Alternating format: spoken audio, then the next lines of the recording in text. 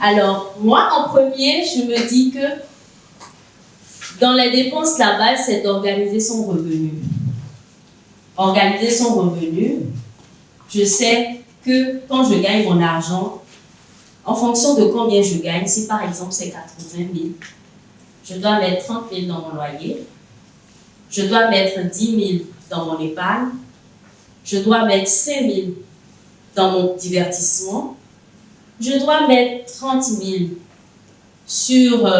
pour l'achat d'actions où je donne un exemple au hasard, je dois mettre tel montant pour ci, je dois penser à ça, ainsi de suite. Donc, le plus important quand on fait des dépenses, c'est de pouvoir organiser son revenu. Parce que la plupart du temps, vos dépenses vont jusqu'à 60% de votre revenu. Mais quand ça dépasse 60%, c'est ça que ça devient un peu inquiétant parce que nous sommes dans une économie qui tout le temps évolue et on ne sait pas à quel moment on se retrouve fauché ou on ne sait pas à quel moment on se retrouve dans une situation où l'argent qu'on gagne ne suffit plus pour faire le minimum. En deuxième option, établir un budget simple, personnel ou professionnel. Organiser le revenu, oui, d'accord, je fais tel pourcentage, je fais ceci, cela, mais il est important de le mettre sous forme de budget. Je le mets sous forme de budget, si vous ouvrez le document qui est devant vous, je vous ai proposé des tableaux budgétaires. Je ne l'ai pas fait de la façon conventionnelle où on sait déjà que on met tout ceci, cela, on met tout ceci, cela. Sur une première page, je vous ai proposé l'épargne, l'investissement. Sur une autre page, autant pour moi, vous allez voir le montant qui correspond en quelque sorte à vos dettes ou à vos créances. Et sur une autre page, vous allez voir le montant qui correspond à votre épargne et à vos engagements. Ainsi de suite, c'est un peu un document qui peut vous aider à suivre ce que vous avez comme dépenses ou comme recettes. Je vais, chemin faisant, le rendre disponible sur mon site internet qui sera libre de téléchargement et pour faciliter la gestion de l'argent. En 3, il faut amoindrir ses dépenses. Amoindrir ses dépenses, diminuer ses dépenses le plus possible. C'est comme un jeu. J'ai l'habitude de dépenser 300 000 en nourriture. Pourquoi je dépense 300 000 en nourriture? Je dépense 300 000 en nourriture parce que je mange souvent dehors. Qu'est-ce que je fais?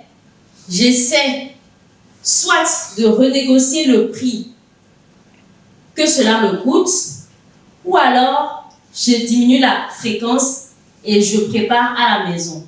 Mais tout dépend de comment est-ce que vous organisez vos dépenses.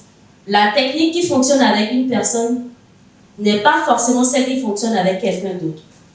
Pour quelqu'un qui travaille tard, par exemple, et qui sait qu'il peut passer chez Mimino, par exemple, le soir et manger vite fait avant de rentrer, surtout s'il est célibataire, c'est plus facile pour lui de négocier avec Mimino un prix revu à la baisse et de pouvoir avoir des repas rapidement que de dire « je dois cuisiner chez moi à la maison pour diminuer le coût de ma nourriture ». Donc, l'éducation financière n'est pas figée. Elle doit tenir compte de votre environnement, de tous ces facteurs qui vous influencent et qui sont en quelque sorte les effets déclencheurs de la façon dont vous dépensez l'argent. Donc, amoindrir les dépenses en troisième point. Pour le 4, il faut pouvoir payer ses dettes. Quand vous faites votre budget, quand vous organisez votre revenu et que vous avez décidé d'amoindrir les dépenses, prévoyez toujours une ligne dans votre budget qui vous aide à payer vos dettes. Ça fait partie des dépenses. Qui paye ses dettes s'enrichit, ce n'est pas faux. Plus vous avez la facilité à payer vos dettes, plus vous irez vers des personnes qui seront beaucoup plus heureux de vous prêter leur argent et de réaliser vos rêves. Je ne dis pas de payer vos dettes qui sont liées à vous habiller, à vos parfums de marque ou au carburant de votre Range Rover. Mais je dis de vous arranger pour payer toutes vos dettes qui, je préfère, sont liées à des investissements qu'à la consommation. La cinquième option que je vous propose, c'est d'apprendre à négocier. Faites de votre mieux pour apprendre à négocier. Et sur ce point, je vais vous donner un exemple. La personne qui, selon moi, est la meilleure négociatrice du monde. J'en connais deux, mais il y a une qui est dans la salle. C'est ma mère. Tous les jours, j'essaye d'apprendre à négocier comme elle.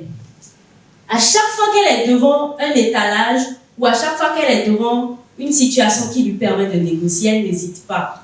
Des fois, je lui demande, mais comment tu fais?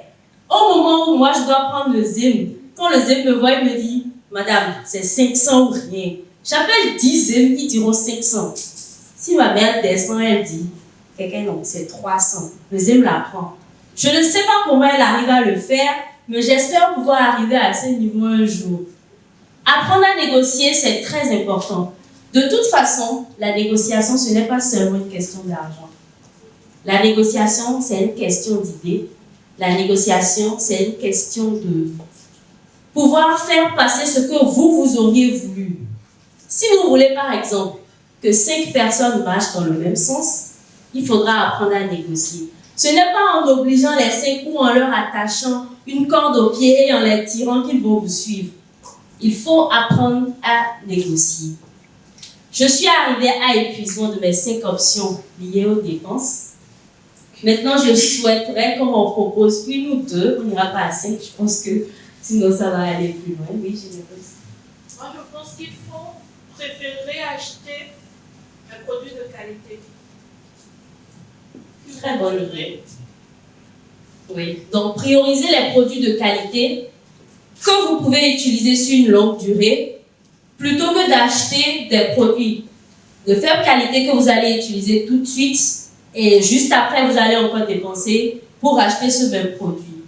Si ce produit coûte 10 francs, je préfère l'acheter maintenant et de voir, ok, je peux l'utiliser pendant 5 ans, je peux l'utiliser pendant 3 ans, plutôt que d'acheter un produit qui coûte 5 francs et de l'acheter tous les jours. C'est vrai, c'est relatif parce que c'est une question de revenus également. Si je peux me permettre d'acheter un iPhone, ce n'est pas forcément le cas de celui qui est à côté de moi. Mais c'est une bonne idée par rapport aux dépenses. Acheter des produits de qualité, c'est toujours bénéfique. Je dois pouvoir savoir si je désire une chose ou si j'en ai besoin. Quand on est devant un article, il faut se dire, est-ce que j'en ai besoin ou je veux juste l'avoir pour compléter la gamme qui est chez moi? C'est vraiment une question à laquelle on a du mal à répondre parce qu'on se dit, j'aurais quand même envie, il faut que je le prenne, même si j'en ai déjà 5 autres à la maison. Maintenant, est-ce que j'en ai vraiment besoin? C'est la question. Si vous devez acheter une chaussure dont vous avez besoin, mais qui en même temps, dans ce cas, c'est un désir. Je ne sais pas comment on fait. Mais le plus important, c'est de vous poser la question avant de l'acheter.